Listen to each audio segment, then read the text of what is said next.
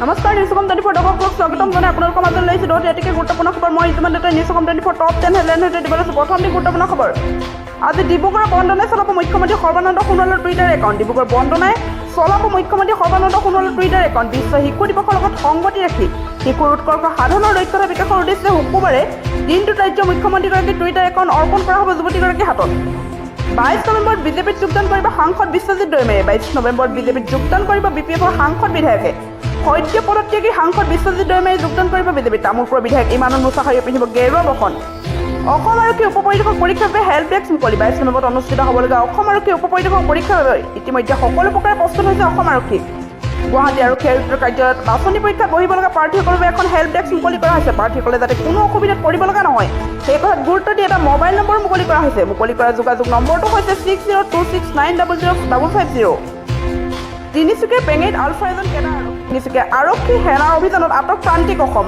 জব্দ পিষ্টল, গুলী, বহু পৰিমাণে আপত্তিজনক সামগ্ৰী। আলফাৰ শীৰ্ষ নেতা অৰুণোদয় অসমৰ ঘনিষ্ঠ আছিল প্ৰান্তিক।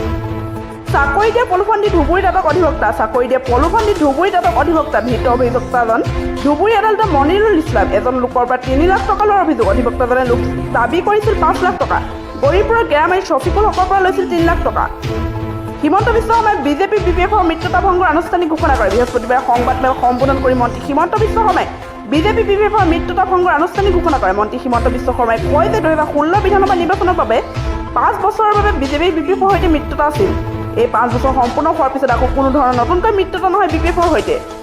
খুজাই নীলবাগানৰ আখীৰনগৰত চাঞ্চল্যকৰ হত্যাকাণ্ডক লৈ উত্তেজনা। খুজাই নীলবাগানৰ আখীৰনগৰত যোৱা নিশা সংঘটিত হয় হত্যাকাণ্ড। নিশা 2 মান বজাত খোৱা বাটিতে জাকিৰ হুছেইন নামৰ লোকজনক নিজ খুৰাকে চোকা দাৰে ডিঙি কাটি নিৰ্মমভাৱে হত্যা কৰে। ইমানতে ক্ষান্ত নাথাকি জাকিৰ হুছেইনৰ পত্নীকো হত্যা কৰিবলৈ চেষ্টা চলোৱা হত্যাকাৰী খুৰা খুৰুচালিয়ে। 15 কোটি ড'জ কৰোণা ভেকচিন অগ্ৰিম বুকিং ভাৰতৰ। ভাৰতসহ বিশ্বৰ বহু দেশত কৰোণা ভেকচিনৰ গৱেষণা অন্তিম পৰ্যায় পাইছে। মডাৰ্ণ আৰু ফিফিজাৰৰ দাবী ভেকচিনৰ পৰীক্ষা প্ৰায় সম্পূৰ্ণ হৈছে আৰু সেয়া 95% নিৰাপদ। সংস্থাসমূহে পৰীক্ষাৰ ভাল ফলাফলৰ বাবে উৎপাদন আৰম্ভ কৰিছে। সেয়ে ভেকচিন কিনা বা ব্যৱসায়ৰ বাবে বৃহৎ দেশসমূহৰ মাজত চলিছে প্ৰতিযোগিতা। এনে পৰিস্থিতিতে ভাৰতত 150 মিলিয়ন ড'জ ভেকচিন কিনাৰ বাবে অগ্ৰিম বুকিং কৰিছে। সাংবাদিকৰ সামাজিক সুৰক্ষাৰ বাবে চাইকেল যাত্ৰা কৰা স্নেহাংকৰ চক্ৰৱৰ্তীক ধেমাজিত আদৰণি। সাংবাদিকসকলৰ সামাজিক সুৰক্ষা আৰু সজাগতাৰ সৃষ্টিৰ বাবে বিশ্বনাথ চাৰিআলিৰ পৰা শদিয়ালৈকে একক চাইকেলে যাত্ৰা কৰা অসম বাৰ্তাজীৱী সংঘৰ সদস্য তথা বিশ্বনাথ চাৰিআলি সাংবাদিক স্নেহাংকৰ চক্ৰৱৰ্তী বৃহস্পতিবাৰে পুৱা 8 বজাত ধেমাজি প্ৰেছ ক্লাবত উপস্থিত হয়। কিছু সময় ধেমাজি প্ৰেছ ক্লাবত উপস্থিত হোৱা চাইকেল যাত্ৰী স্নেহাংকৰ চক্ৰৱৰ্তী বিশ্বনাথ চাৰিআলিৰ পৰা শদিয়ালৈকে প্ৰায় 1000 কিলোমিটাৰ দৈৰ্ঘ্যৰ ৰাস্তাৰে চাইকেল যাত্ৰা কৰাৰ কথা উল্লেখ কৰে। ফণী বৰুৱাই ক'লে লখিমপুৰত কৰ্মফল ভুগিছে উৎপল দত্তই।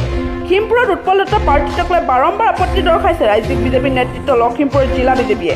কোনো কাৰণতে উৎপল দত্তক মিত্ৰজোঁটৰ প্ৰাৰ্থী হ'বলৈ নিদিয়ে বিজেপিৰ লখিমপুৰ জিলা সমিতিয়ে। ইতিমধ্যে উৎপল দত্তক প্ৰাৰ্থিত্ব নিদিবলৈ ৰাজ্যিক নেতৃত্বলৈ বাৰম্বাৰ অভিযোগ প্ৰেৰণ কৰিছে বিজেপিৰ লখিমপুৰ জিলা নেতৃত্বই।